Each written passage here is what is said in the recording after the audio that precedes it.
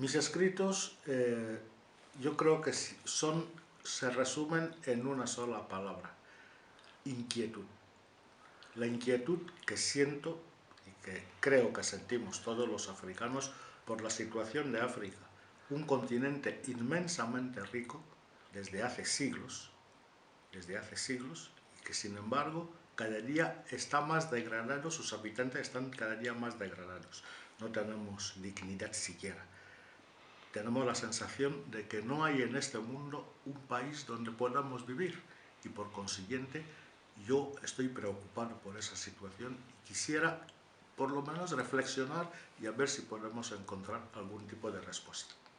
Yo creo que como cualquier escritor del mundo, un escritor escribe en la soledad sin tener ni siquiera idea de quién va a leer y cuándo va a leer lo que está escribiendo.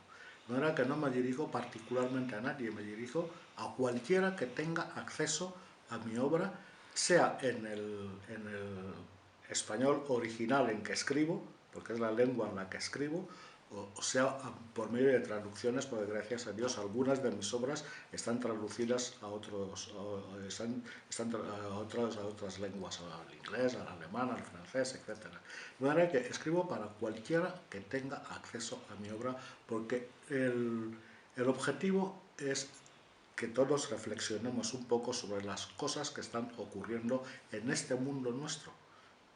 Como dije antes, la falta de dignificación del africano, y cuando realmente por las condiciones económicas, por las condiciones climáticas, por las condiciones en general de vida de África, no deberíamos, el africano no tiene por qué estar viviendo en la miseria económica, social y moral en que estamos viviendo. Y por eso, lógicamente, hago estas reflexiones, porque a través de la literatura pienso, porque ya ha ocurrido en otros ámbitos culturales y en otros momentos históricos, la literatura puede ser un buen medio, un buen vehículo para la reflexión y la transformación social. ¿A quién vamos a encontrar? ¿Cuáles son tus personajes? ¿Quiénes son los culpables? ¿Quiénes son los inocentes? Yo creo que la literatura, por lo menos mi literatura, es una literatura absolutamente realista. Yo simplemente me dedico a narrar lo que veo. Observo, como cualquier otro ser humano, observo, quizás con algo más de minuciosidad por ese, digamos, don que puedo tener como artista, ¿no? Porque, por ejemplo, yo soy capaz de crear personajes, pero no soy capaz de, no sé, de curar a nadie, porque no soy médico y no estoy capacitado para ser médico. Pero, en fin, quizás con un poco más de atención, pero me dedico simplemente a observar y a describir lo que observo en la realidad cotidiana. En África, en Europa, en Estados Unidos, donde he vivido un tiempo, etcétera, etcétera. Y eso trato de reflejarlo en la literatura, porque, como decía antes, no hay país para negros en este mundo en el que vivimos hoy. Y eso es así desde hace siglos. La gente puede creer que son cosas del pasado y tal, pero no. La esclavitud existió y las consecuencias de la esclavitud, que duró casi 4 siglos, las estamos viviendo todavía hoy.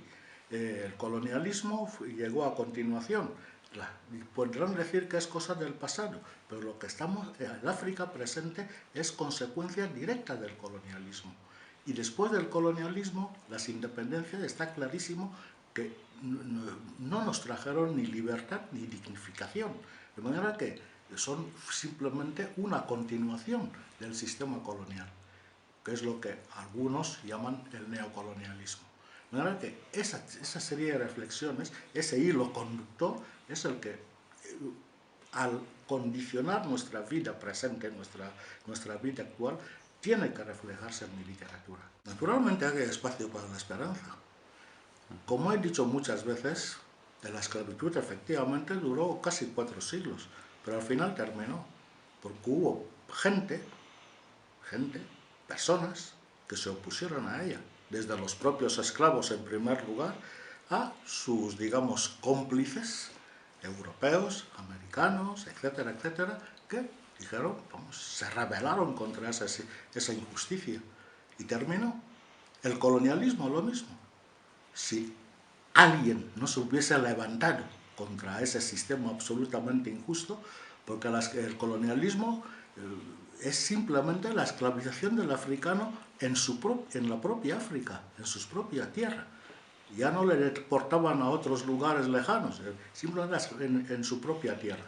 Y era un sistema, para que la gente lo entienda, exactamente igual que el que Hitler implantó en su país, en Alemania, y en la Europa que ocupó, exactamente lo mismo lo que hacían los colonizadores en África. Le llamaban civilización, le llamaban todos los, en fin, tópicos que ya conocemos, pero la realidad era esa. Y oponerse a ello no es ser anti-europeo, ni anti-blanco, ni racista, ni nada. Es simplemente explicar las cosas tal como fueron. Porque si solamente nos limitamos a ver, a oír y a asumir la historia desde un solo punto de vista, no estamos, en fin, no podemos conocer la realidad. Y por consiguiente es necesario que también se escuche la voz de los africanos, los que hemos sido históricamente víctimas de esa situación y seguimos siendo en este momento víctimas de la situación, pese a que, como dicen presidentes franceses como Nicolas Sarkozy o como Jacques Chirac, que no son revolucionarios precisamente, ellos han reconocido, esas entrevistas están en internet, cualquiera puede tener acceso a ellas, han reconocido que sin África, Francia estaría reducida al puesto 20º en el ranking de potencias económicas mundiales.